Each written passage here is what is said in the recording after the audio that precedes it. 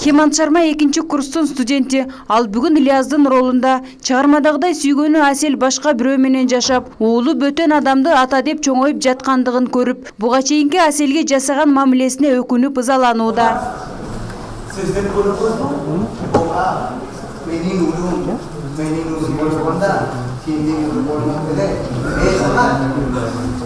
Хеман Ильяздын образын жаратууда оорчулук деле болбогондугун айтат. Анткени ал Индияда мектепте окуп жүргөндө эле Чыңгыз Айтматовдун чыгармаларын окуп, жакындан тааныш болчу. Хеман тегер Ильяздын ордунда болгондо аруу сүйүүсүн сактоого аракет кылмакмын дейт.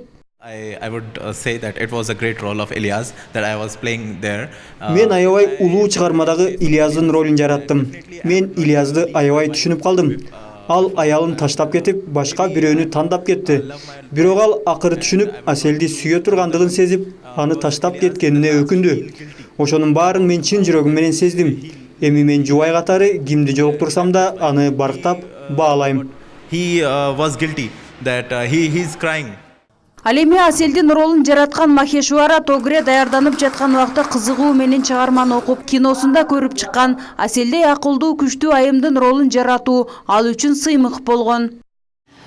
Before that, I would like to say that in Kyrgyzstan I came here. Мен Кыргызстанга келгенде эле мага тили аябай жакты. Мен Чыңгыз Айтматовдун чыгармаларын окуган эмес экенмин.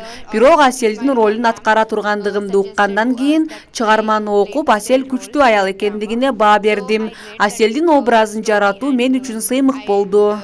I watched that video. In that Asel character is very beautiful character.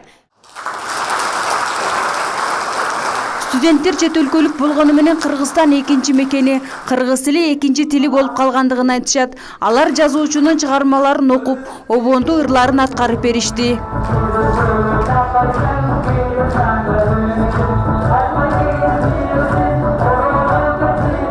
Эл аралык медицина факультетинде Индия, Бангладеш, Арабиядан келген студенттер билим алат. Алар бүгүн эле эмес, ар кандай майрамда активдүү катышып, кыргыз тилине өз салымдарын кошууга аракет жасап келишет.